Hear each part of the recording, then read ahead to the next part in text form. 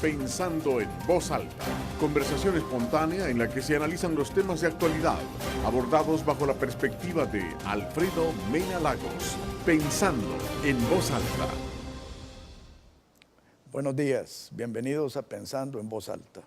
Hoy tengo el gusto de tener con nosotros quien para mí es uno de los mejores diputados que tiene la Asamblea Legislativa e indiscutiblemente Arena. Así que le quiero dar la bienvenida a Juan Valiente. Buenos días, un gusto estar contigo y muy agradecido y honrado con tus palabras. Juan, a ti te ha tocado algo muy difícil porque yo respeto sé que sos una persona leal, a mí me pasa lo mismo y me ha pasado con Arena. Yo me califico como un arenero en exilio. Porque si yo algo he rehusado hacer en mi vida, es renunciar a mis principios y a mis ideales por algo que tal vez me convenga. Y yo estoy casi seguro que lo mismo te ha pasado a ti. Me gustaría que elaboraras un poco cómo se gestó esto. Bueno, realmente para mí y para quizás algo otros, ciertamente también para el diputado Johnny Wright, creo que entrar al partido y entrar en este proceso de renovación tenía mucho más componentes que el entrar a la política. O sea, nosotros por supuesto nos interesaba servir y nos parecía que la Asamblea Legislativa era una plataforma desde la cual podíamos tener mayor incidencia en la transformación política del país. Pero para nosotros la renovación no era un discurso. Nosotros teníamos claro que la política del país requería que la ética volviera de alguna manera a bañarla, que la racionalidad volviera de alguna manera a bañar la política para irla transformando en algo nuevo que pudiera dar soluciones a los problemas del país. Y por eso desde inicios de la gestión, incluso durante la campaña, por ejemplo, cuando yo iba a los caseríos, a los cantones, cuando tenía posibilidades de hablar con la gente, hablaba específicamente del seguro privado de salud, porque para mí era el ejemplo por antonomasia de no sé si lo corrupto, pero de lo malo que hay en la política nacional, donde... Y poco consecuente. Sí, funcionarios y empleados públicos, unos cuantos miles, se benefician de 50 millones de los impuestos de los salvadoreños y a los salvadoreños, a los ciudadanos, a los millones de compatriotas, les recetamos unidades de salud sin medicinas, les recetamos un sistema de salud pública en ruinas. Entonces, para mí era evidente que eso era un simbolismo claro de lo que teníamos que ir cambiando. Sí me sorprendió que la batalla al interior fuera más dura de lo que yo creía.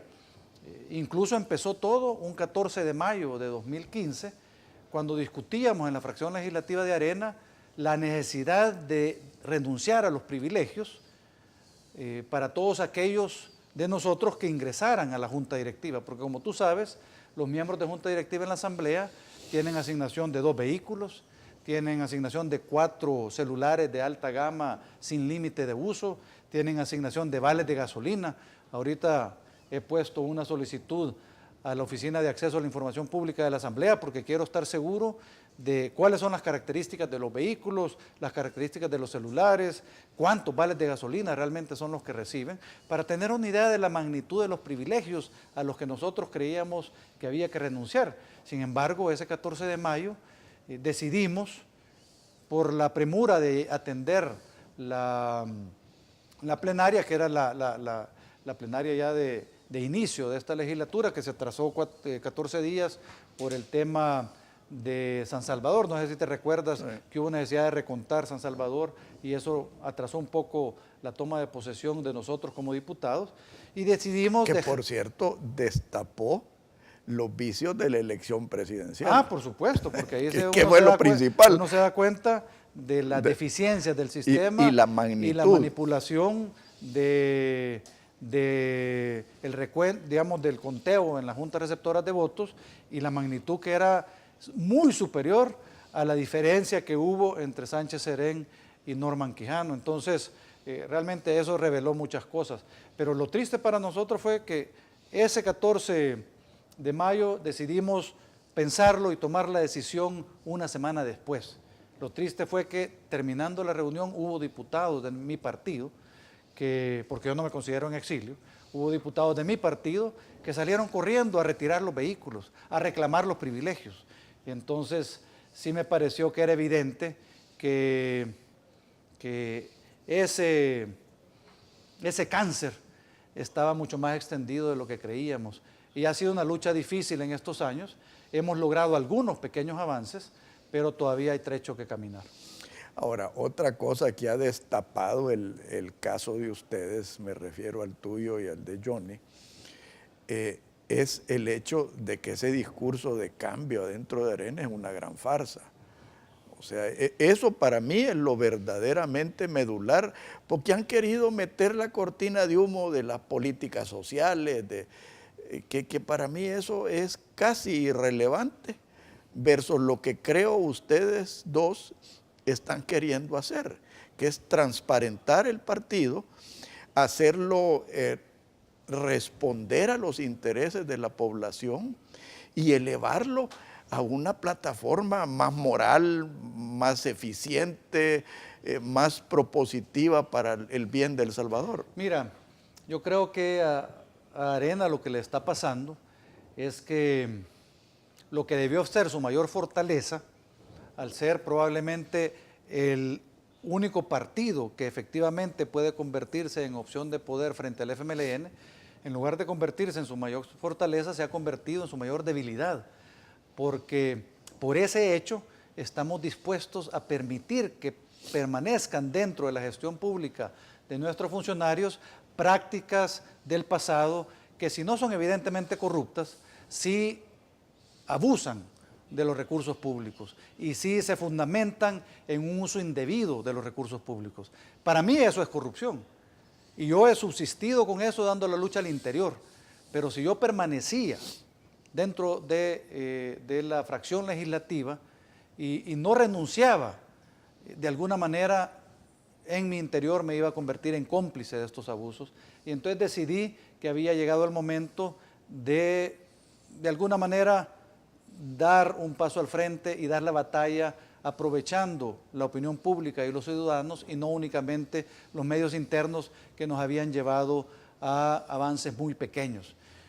Por ejemplo, por supuesto que todos los partidos políticos abusan de la planilla de empleados de la Asamblea Legislativa y por eso es que la planilla de empleados de la Asamblea Legislativa, contando lo de los partidos políticos y las contrataciones institucionales, suman cerca de 33.5 millones de dólares al año. Lo que probablemente hace unos 30 años habrá sido una planilla muchísimo más pequeña y un grupo de asesores mucho más pequeño. Se ha convertido en un ejército de 2.000 personas. Entonces nosotros hemos logrado, de alguna manera, eliminar para las contrataciones del 2017 las plazas fantasmas. O sea, pero que nos demos satisfechos solo con ese avance, sin haber logrado depurar de activistas políticos la planilla de la Asamblea Legislativa, que es un pecado de todos los partidos políticos. Así es. Pero mi partido es Arena y del que yo espero más es de mi partido. No, es correcto y créeme que yo me identifico con lo que tú estás diciendo en el hecho de convertirte en cómplice, porque eso fue lo que provocó mi salida del gobierno de Armando Calderón Sol. Yo no me quería convertir en cómplice de lo que estaba sucediendo y el tiempo se ha encargado desafortunadamente de darme la razón. Pero quiero acentuar, Juan, el hecho de que necesitamos cambios estructurales. Para mí el problema de ustedes no era si que te quitaron la suplente que tú querías. Eso para mí hasta cierto punto en estilo fue terrible porque mandó un mensaje equivocado. Pero la raíz del problema, Juan, y quiero que tu opinión, es que no deberían de existir suplentes. O sea, yo he conocido suplentes que tenían carros seguidores, 3 guardaespaldas. O sea, ¿qué es eso, hombre? O sea... Bueno, el tema de los suplentes es un tema diferente. Yo creo que la raíz de nuestra lucha ha sido el tema de la ética y la racionalidad en la política nacional. Nosotros hemos hecho propuestas serias para modificar el reglamento interior de la Asamblea Legislativa, para modificar el Código Electoral, precisamente reduciendo significativamente los suplentes, para modificar el proceso de elección de funcionarios de segundo grado, para eliminar los privilegios de todos los funcionarios, no solo los del partido, de todos los funcionarios en todo el Estado. Y esas propuestas que creo que hubieran ido cambiando el escenario político, no han recibido ni el más mínimo respaldo de nuestra fracción legislativa y están engavetadas. Entonces, realmente así no se puede trabajar. O sea, si nosotros lo que hacemos es evitar que las cosas mejoren bajo la excusa que solo tenemos 35 diputados y que no podemos convencer a suficientes para cambiar las cosas, pues realmente lo que estamos haciendo al final es permitiendo que las viejas prácticas del pasado sobrevivan y que en lugar de tener un proceso, digamos, fortalecido para elegir ahora, por ejemplo, los magistrados de la Corte de Cuentas, se esté dando, como denunció el mismo diputado Francisco Merino esta semana, se está dando un reparto de cuotas y que la decisión esté entre que el FMLN quiere un magistrado, el primero, pero le dan a gana la presidencia, y si nosotros participamos nos reservan el segundo magistrado y después el primer suplente para el PCN y el segundo suplente para Gana.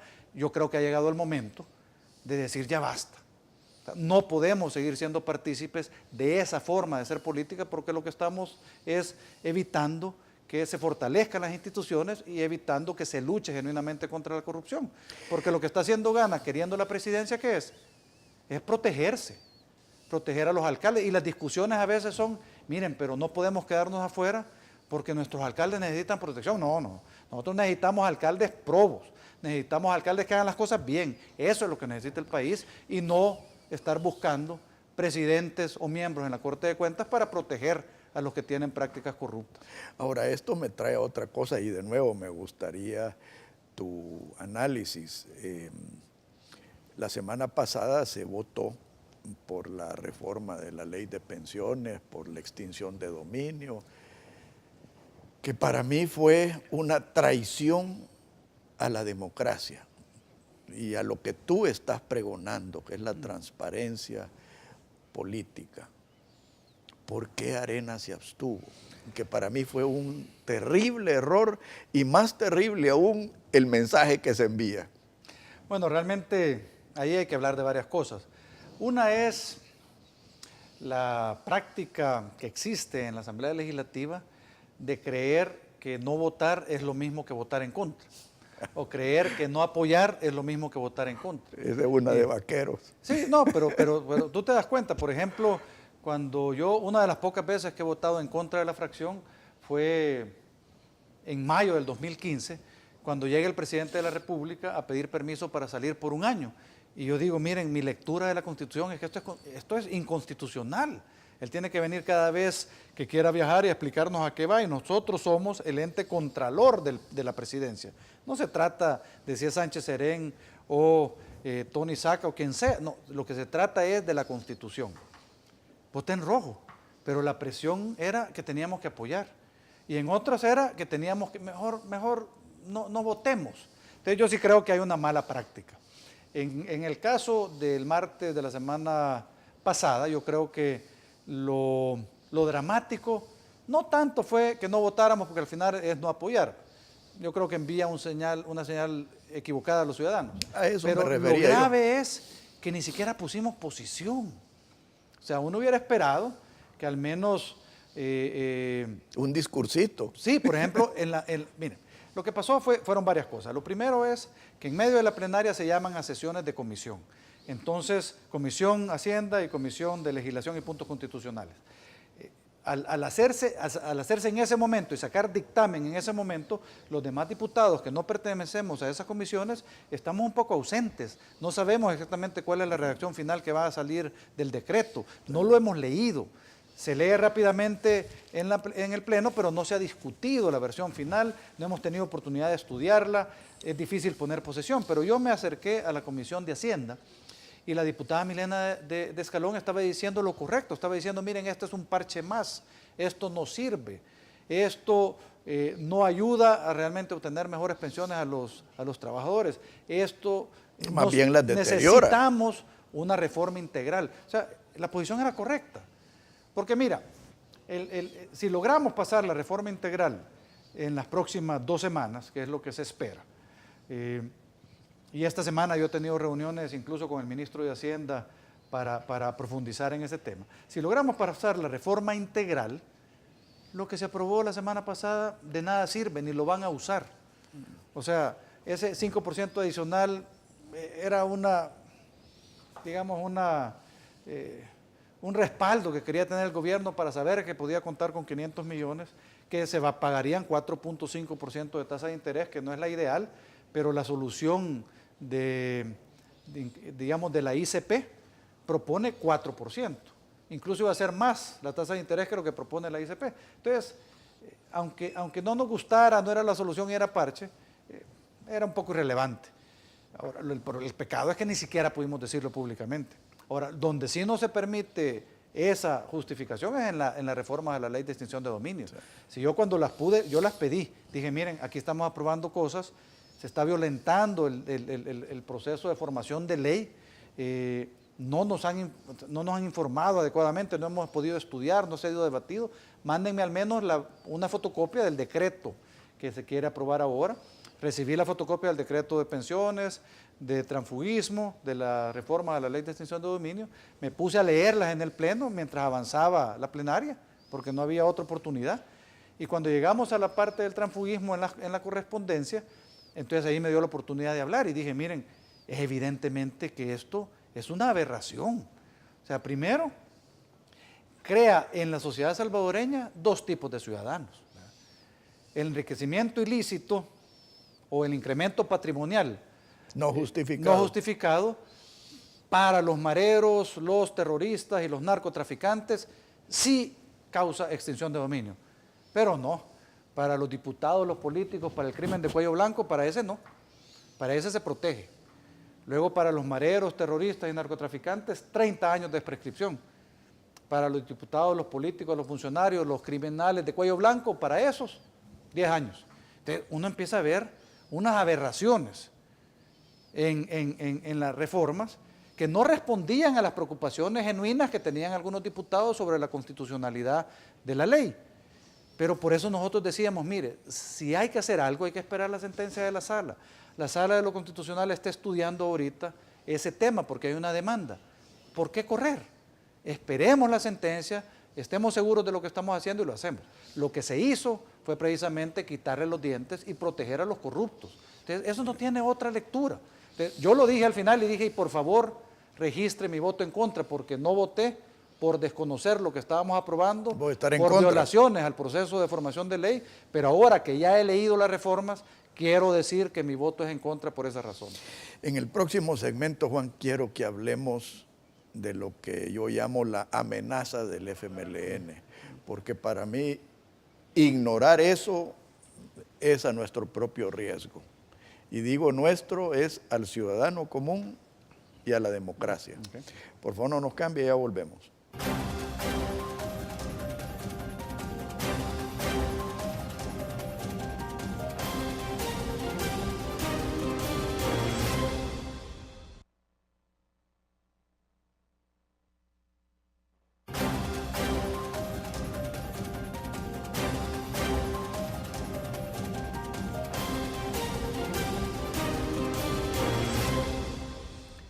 Juan, para mí el FMLN ha dejado de ser un contrincante político y se ha convertido en una amenaza a la sociedad salvadoreña.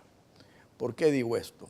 Porque es un partido abiertamente antidemocrático, siguiendo una ruta para la destrucción de la democracia, siguiendo una ruta para la destrucción económica de la sociedad, siguiendo una ruta que nos pone de compañeros de viaje de regímenes fracasados como el venezolano y el cubano, y probablemente el de Nicaragua más adelante.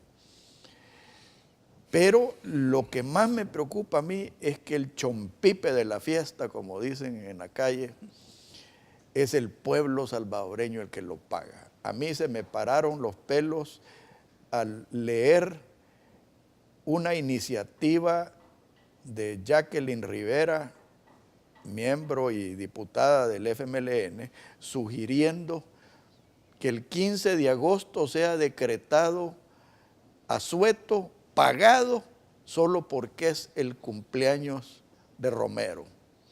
Para mí no solo es Romero, que ya de por sí me para los pelos, sino que esta gente pone en evidencia el desprecio que tienen por la productividad y la soberanía del salvadoreño.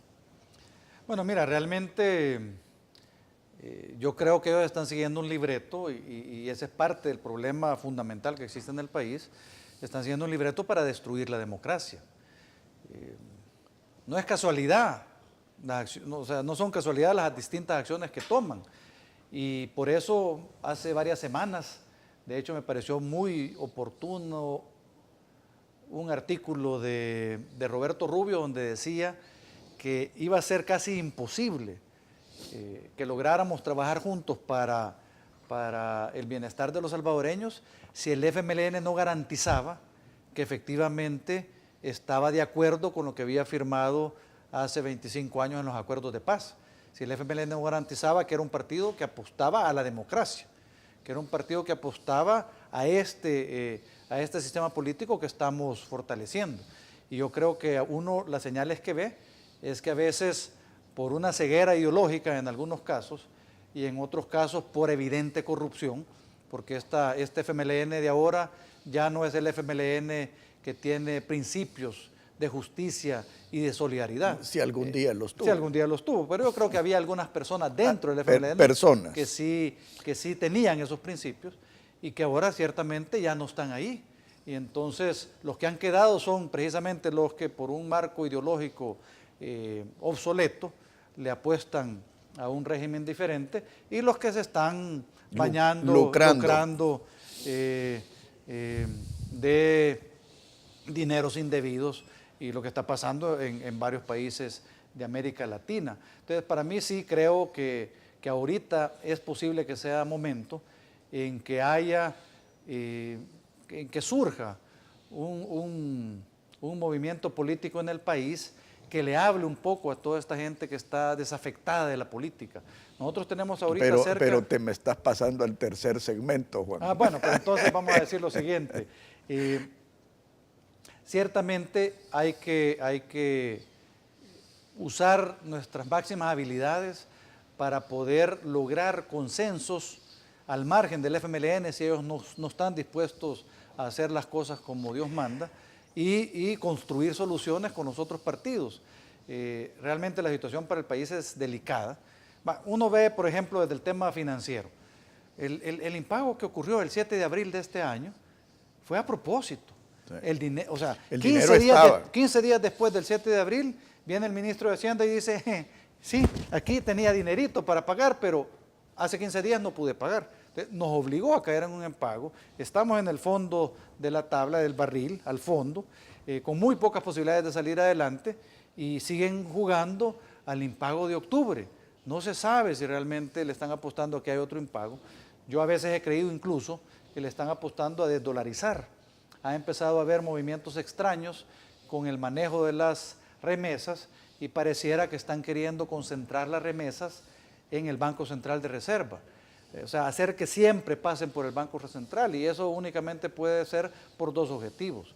O un tema tributario o por un tema de creación de reservas internacionales que únicamente quiere decir que quieren sacar colones nuevamente al país, lo cual sería obviamente un impacto económico de tal magnitud que nos haría retroceder, si ya estamos 30 años atrás, otros 20 o 30 más. No, y es retroceder y hundirnos. Y hundir, o sea, realmente la situación es dramática porque se ve claro el interés de ellos. De hecho, en una plática que tuve con una líder del FMLN que está en la Asamblea Legislativa hace un poquito más de un año, me dijo que era probable que perdieran las elecciones del 2019. Yo todavía no sé si es probable, pero ella así me lo dijo. Pero más por los vacíos de Arena que por supuesto, los méritos del FMLN. Por supuesto, pero me dijo. Pero el país, me dijo, se los vamos a entregar en el suelo. Y ustedes, queriendo decir ustedes los ricos, y ustedes no saben vivir en la pobreza y en la miseria, y nosotros los pobres, nosotros sí. ¿Verdad? Cuando ellos tienen incluso más ricos ahorita entre sus afiliados y próximos candidatos a diputados de que posiblemente tenemos nosotros. Pero en todo caso se ve clara la intencionalidad de destruir el sistema político y el sistema económico que nosotros queremos construir con base en los mismos acuerdos que tuvimos hace 25 años. Ahora, no nos equivoquemos, Juan. El FMLN no es el único problema. Yo cada día que pasa estoy más convencido de que Gana es compañero de viaje del FMLN. Tal vez no por razones ideológicas, pero por razones económicas y razones políticas. Y eso a mí me preocupa porque yo creo que en estos momentos, en esta coyuntura, y ojalá me estén escuchando los votantes, votar por Gana es votar por el FMLN. Fíjate que yo tengo una lectura un poco diferente de lo que pasa con el partido Gana. Yo realmente he visto en las distintas acciones y posiciones que últimamente han tomado un interés genuino en querer reinventarse. Yo no sé si será posible, pero un interés genuino en querer reinventarse, alejarse quizás de las prácticas oscuras del pasado, de la compra de voluntades y tratar de fortalecerse como un partido de derecha. Y le está costando, porque obviamente es difícil reinventarse sin pagar adecuadamente por los pecados del pasado. Y a veces pareciera que lo que quieren es que se les perdonen los pecados del pasado para enrumbarse sobre otros. Pero no solo son los pecados del pasado, Juan. A ver la semana pasada, siguen pecando. No, pero la semana pasada, por ejemplo, pudieron haber decidido dar los votos por la reforma de pensiones del gobierno a favor de la protección contra la corrupción que le estaba poniendo la reforma a la ley de extinción de dominio, y no lo hicieron.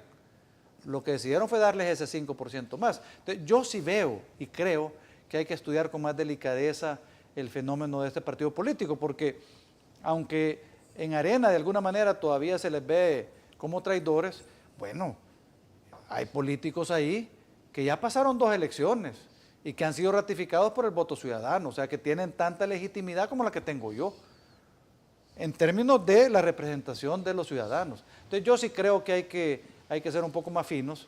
Yo he estado tratando de acercarme a Gana porque creo efectivamente que si lo que nos interesa es El Salvador, podemos tratar de construir soluciones y no prestarnos a estas componendas. Pero cuidado, mi apreciado amigo, yo creo que ese pantano, y una de mis características es no ser fino ni delicado en lo que la política refiere. Yo sé.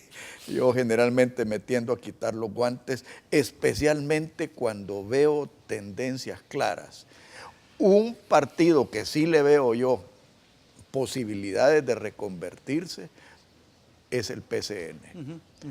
A ese sí le veo posibilidades de reconvertirse. Pero, como le he dicho a amigos PCNistas, tienen que sacudirse al crimen organizado, sacudirse las prácticas de un partido bisagra y tienen que pensar, como creo yo, son los principios del PCN. Pero por eso es que yo te digo, si nos restringimos a ver los partidos políticos que ahorita existen en el ambiente político salvadoreño, como que es bien difícil encontrar cómo construir un consenso que beneficie a los ciudadanos. Porque ya me estás abriendo la puerta para el tercer segmento. Pero lo que te quiero decir es que me estás presionando a que no hable del tercer segmento, y entonces en el contexto, ya vas a tener oportunidad. En el contexto actual, sí creo que de alguna manera hay que tratar de construir consensos. Por supuesto que nosotros, al menos algunos de nosotros, nunca vamos a estar de acuerdo en el tipo de chanchadas como la que se hizo la semana pasada, en ese trueque donde tú veías 500 millones del Fondo de Pensiones de los Trabajadores para resolverle el problema fiscal al gobierno, quitarle los dientes a las reformas, a la ley de extinción de dominio para que ya no pudiera morder, pero que no pudiera morder solamente a aquellos criminales de cuello blanco, ¿verdad? O sea, que siga mordiendo a los mareros, como que hubiera dos clases de ciudadanos, ¿verdad? Y como que el crimen, si es cometido por un funcionario público, es menos crimen que el cometido por un marero o un terrorista. Entonces, el crimen es el crimen. Y si hay robo y extorsión, debe ser castigado de la misma manera. Y después, permitir que los tránsfugas, como el esposo de la diputada de Arena, Carolina Rodríguez, que ya no podía, por como se había renunciado, él ganó la alcaldía en el 2015, la alcaldía de San Francisco Menéndez, con el partido Arena. El marido de ella. El marido de ella. Entonces no iba a poder concursar este próximo periodo para alcalde de San Francisco Menéndez, pero vienen a hacer esa reforma, que por cierto esta semana ya pusimos nosotros una demanda de inconstitucionalidad con el doctor Félix Ulloa, vienen y por medio de esa reforma al Código Electoral, ahora el esposo de Carolina Rodríguez sí va a poder concursar, competir en las elecciones del 2018 como candidato a alcalde del partido Gana. Entonces uno ve todo, obviamente los mecanismos de compensación, yo te doy esto, me das esto, le doy esto al gobierno, y el FMLN, que en algún momento dijo tener principios, prestándose a un juego tan bajo y tan, o sea, que se siguen destruyendo, están implosionando. Pero mira, Juan, es que ellos están protegiendo a sus socios. También podría ser que... Están protegiendo a sus compañeros de viaje. No lo veas como una torpeza política. Yo quizás en mi manera de ser lo veo quizás más maquiavelo que eso. Compañeros de viaje de Gana y compañeros de viaje interno. Y del FMLN, o sea, supuesto, sí. Entonces ahí es donde veo yo, Juan, el peligro que se cierne sobre la democracia y al salvadoreño decente y trabajador. Y por eso para mí era tan importante que Arena abrazara la renovación genuina. Correcto. Y que diéramos una señal clara de cuál era la nueva política, porque si seguimos apostándole a este tipo de política tan corrupta, tan deshecha, realmente el país no tiene futuro, le estamos dejando al país muy pocas posibilidades de éxito y lo que vamos a seguir haciendo es invitando a la gente ante la desesperanza que se siga yendo y que busque otros destinos. Entonces, por eso es tan importante que Arena haga los cambios a su interior que tiene que hacer y que abrace genuinamente el regreso de la ética a la política, el regreso de la racionalidad, para que aunque ahorita seamos solo 35 diputados y no podamos detener todo, pero para que empecemos a merecernos la confianza de los ciudadanos. A mí me avergüenza que el 68% de los ciudadanos diga que no nos quiere ya más en el poder.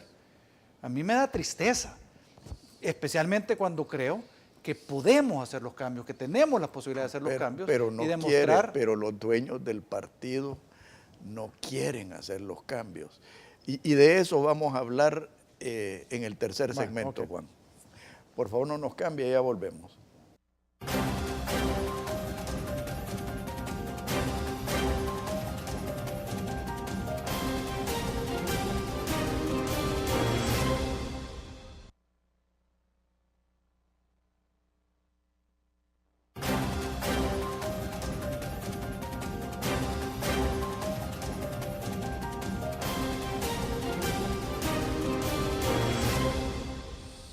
Juan, yo tengo años de estar alejado de la dirigencia de Arena y ya no se diga de los dueños de Arena.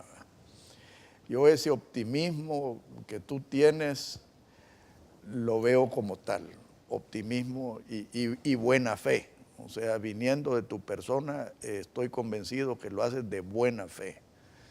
Ahora, como decía Clausewitz, creo yo, si quieres paz, prepárate para la guerra. Y en ese sentido, viendo la amenaza del frente, la complicidad de Gana, la debilidad de Arena, creo que nos tenemos que preparar para una guerra política. Y esa guerra política la tiene que librar gente como tú, la sociedad civil y aquellos partidos políticos que se quieran reconvertir. Bueno, realmente yo sí creo que para, digamos, ganar con amplitud el 2019 y poder reenrumbar el país y poder fortalecer la institucionalidad, varias cosas deben pasar. Pero una de ellas es convencerse que los partidos políticos tradicionales solos no van a lograr esa amplia mayoría que se requiere. O sea, ahorita pareciera que los partidos políticos tradicionales le están apostando a precisamente fomentar mayor abstencionismo y discutirse a base de voto duro, donde yo creo que incluso Arena lleva las de perder. O sea, en ese contexto el FMLN podría volver a ganar lo que sería realmente desastroso para el país. Entonces, para prepararse para eso, yo sí creo que es necesario empezar a pensar en fortalecer la gestión pública. Esta misma semana surgió la candidatura independiente de Roberto Rivera Ocampo por el Departamento de la Libertad, que es un joven que ha estado vinculado a Acción Ciudadana, una ONG que ha tratado de promover estos cambios en la política, y yo creo que efectivamente necesitamos empezar a entusiasmar a más personas para que entren a la política y para que empiecen a dar este cambio. Probablemente, que es lo que yo espero, Arena logre transformarse, todavía no estoy seguro, pero yo eso es lo que espero, logre transformarse y se una más adelante a estos esfuerzos precisamente para construir esta amplia mayoría que necesitamos en el 2019. O sea, tenemos que estar claros quiénes le estamos apostando a construir un país de verdad para los ciudadanos y no un país que responda a intereses patrimoniales, porque parte del problema grave que tenemos en el país es que no pasamos de ser un Estado patrimonialista. Antes quizás pensando en las grandes inversiones privadas de exitosos capitalistas del país.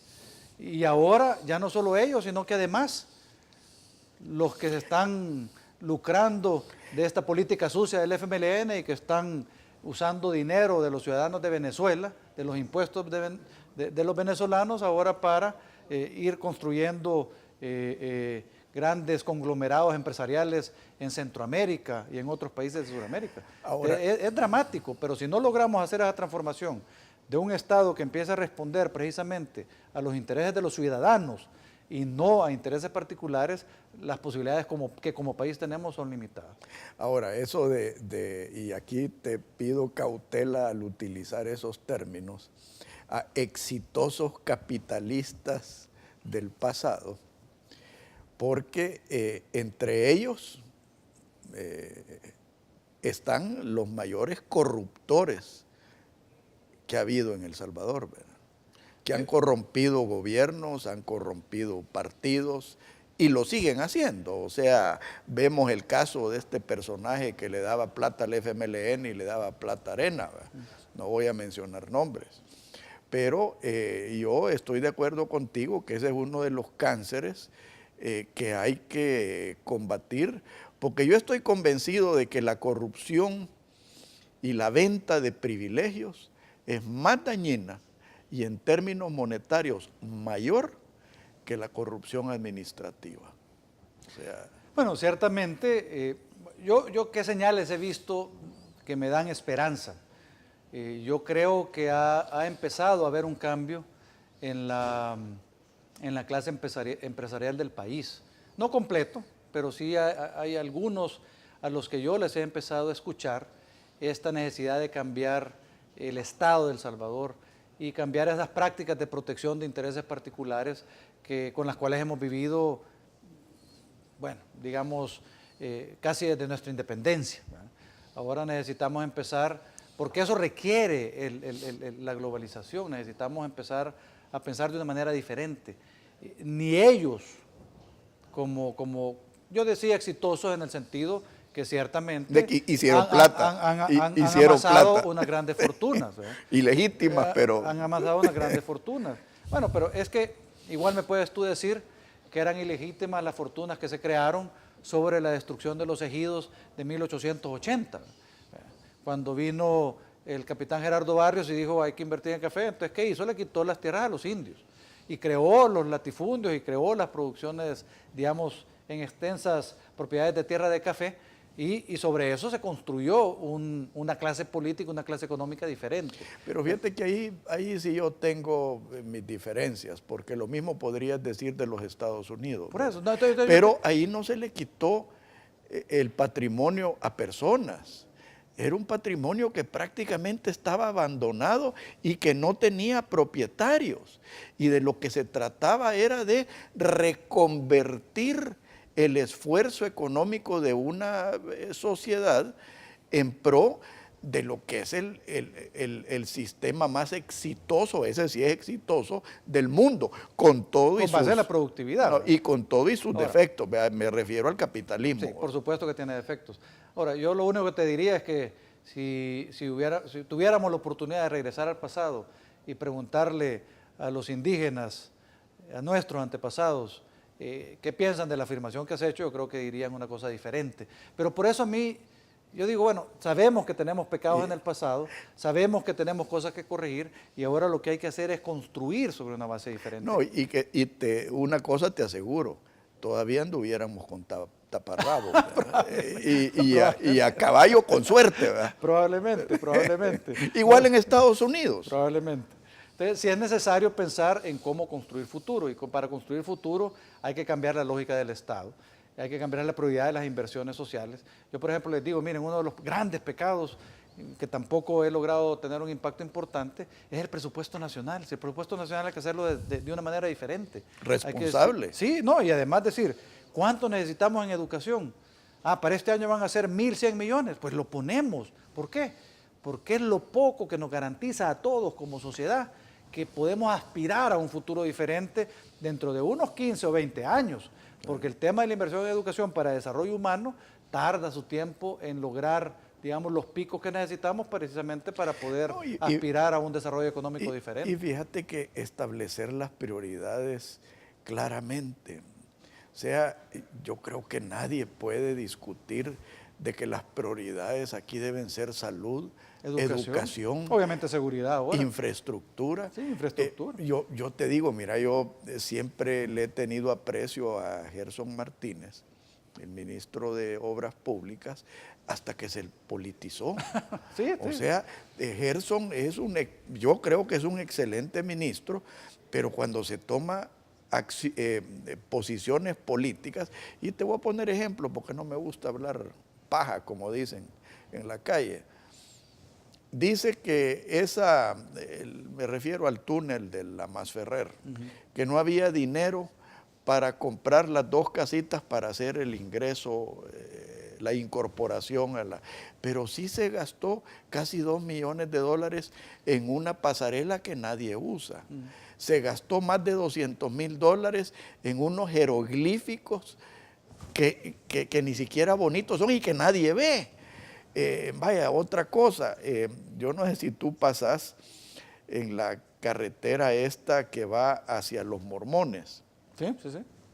Bueno, cuando empezaron a hacer esa construcción, yo estaba contento porque dije yo, al fin van a hacer una incorporación a la autopista y van a prevenir las trabazones que se hacen para aquellos que quieren ir al occidente del país.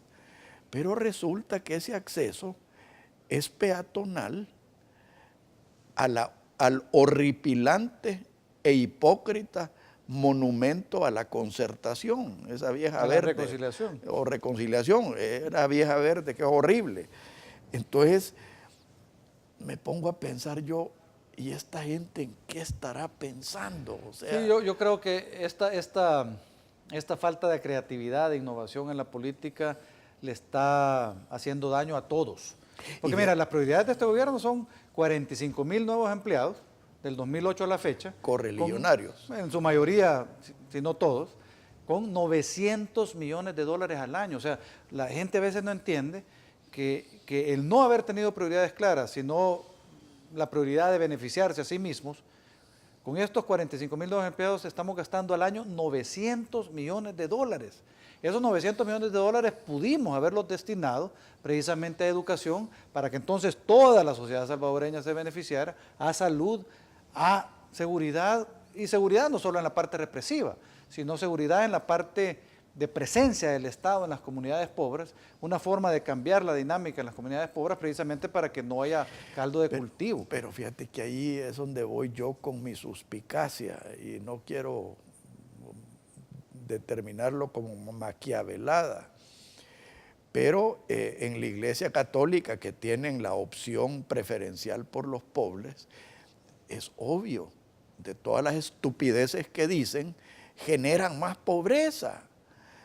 Teniendo un presidente maestro, profesor, entre comillas, que no le da absolutamente ninguna prioridad al sistema educativo de este país. Sí. Entonces, ¿qué es lo que a mí eso me indica? Parece diseño, ¿sí? Parece diseño. Sí, sí. O sea, quieren más pobres, quieren más ignorantes. Quiere gente ignorante. Y quieren más pobreza. Ellos saben que si logramos nosotros, y los jóvenes en particular, desarrollarnos más, si invertimos seriamente en desarrollo humano, la gran mayoría de los salvadoreños va a apostarle a un sistema económico que diferente, permita oportunidades, correcto, que permita innovación, inversión, no estos sistemas que ellos quieren, que pregonan el clientelismo y que pregonan una clase social acostumbrada a que el gobierno la mantenga. Entonces porque nosotros, mire, cuando uno conoce a los salvadoreños, sabe que nuestra gente prefiere